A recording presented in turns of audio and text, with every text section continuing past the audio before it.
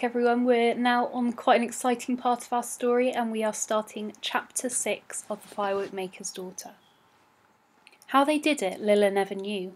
They stopped only for Hamlet to drink deeply from the river, while Lilla and Shellac snapped some fruit from the trees overhanging at the bank.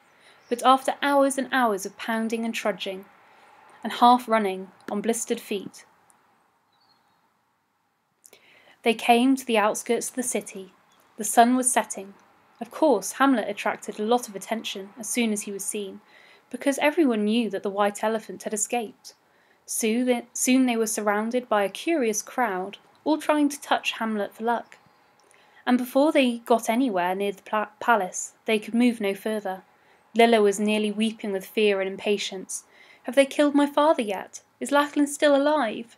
she asked, but no one knew. "Move out of the way," Shellac shouted. "Clear a space there, make room." But they could only move forwards an inch at a time. Shellac could feel Hamlet getting angry, and he feared he wouldn't be able to control him.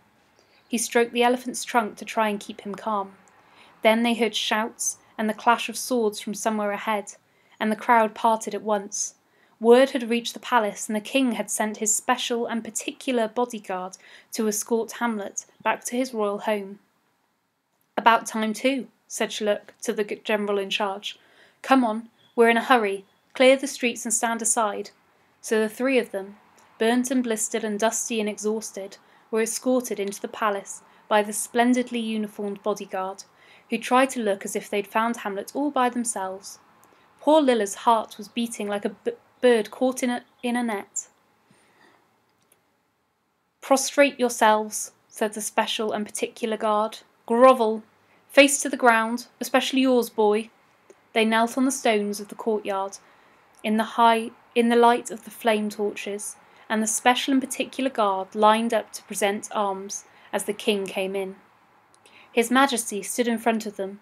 Lilla could see his golden sandals, and then her anxiety got too much for her, and she knelt up and said in anguish, "Please, your Majesty, my father Lachlan, you haven't, he isn't, is he still alive?"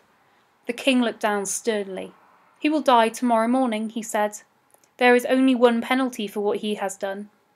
"Oh, please, please spare his life. It was my fault, not his at all. I ran away without telling him and—" "Enough," said the king, and he was so frightening that she stopped just like that. Then he turned to Shellac. "Who are you?" he said. Shellac got up at once, but before he could begin to speak, a special and particular guard forced him down again. "I'm Shellac, your Majesty," he said. "Can I look up? It's not easy to speak with a foot on my neck." The king nodded, and the guard stood back. Shellac knelt up beside Lilla and said, "That's better.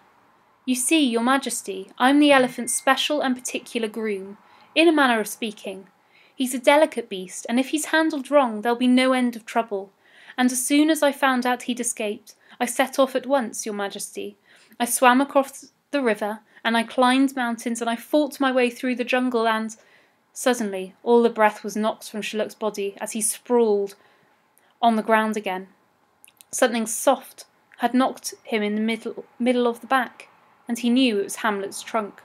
Hamlet had never done that to him before, and he rolled over in surprise to see the elephant was giving him a special and particular look, and then he realised what he must do. He struggled up again and faced the king. "Your Majesty, the elephant has just made a request.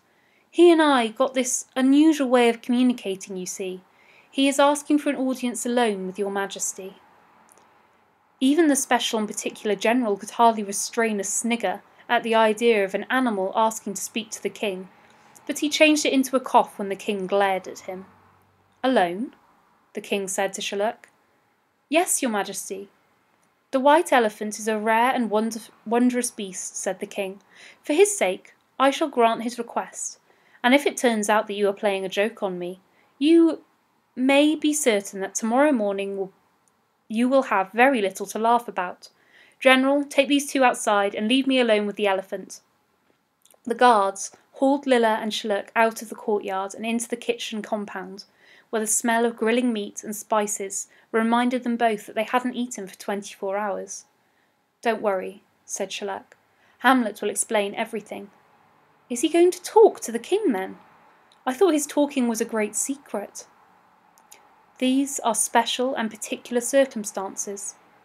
Ooh, that rice. Ooh, that plum sauce. Oh, the smell of those spices. And even Lilla's fear couldn't prevent her mouth from watering. She was so hungry. And they waited. Minutes went by, then more minutes, and poor Lilla was so stiff and tired that she nearly fell asleep standing up, as worried as she was. But finally there was a stir of movement by the door. Prisoners, barked the general. Fall in and follow me. 2 lines of guardsmen, all stamping proudly with Shellac and Lilla between them, followed the general back to the courtyard. When they had bowed properly to the king,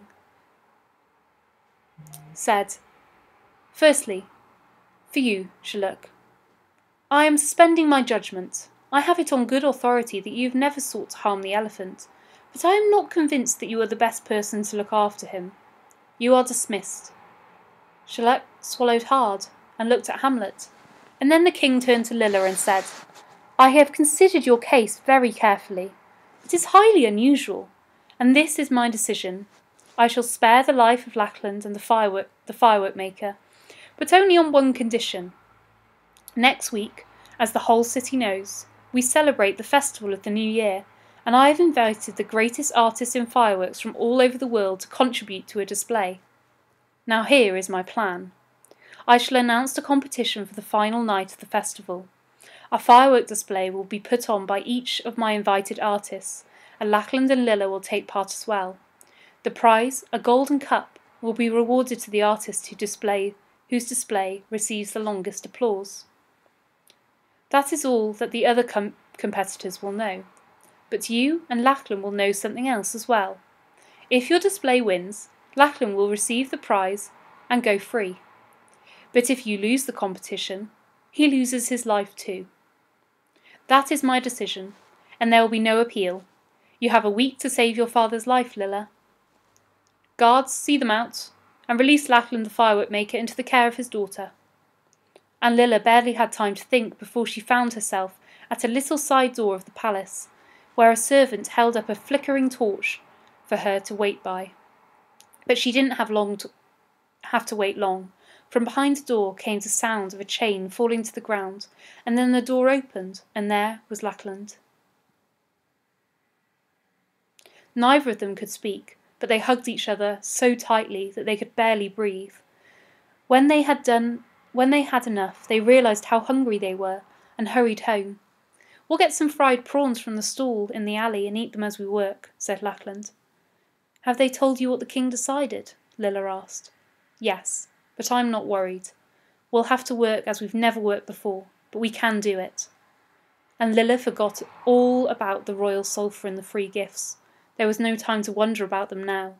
She hurried into the workshop with some dishes of rice and prawns and fried vegetables, and they scooped them up absent-mindedly as they worked. Father, said Lilla, I've got an idea. Supposing... She took a stick of charcoal from the bench and drew some quick sketches. Lackland's eyes lit up. Ah, but begin slowly, build it up. And on the way back from Mount Merapi, she said, when we stopped by the river, I saw how some vines had twisted around each other, and I thought of a way of delaying the fuses, making them burn at different rates. Impossible! It isn't. Look, I'll show you. And so they set to work. And we'll move on to chapter 7 in my next video.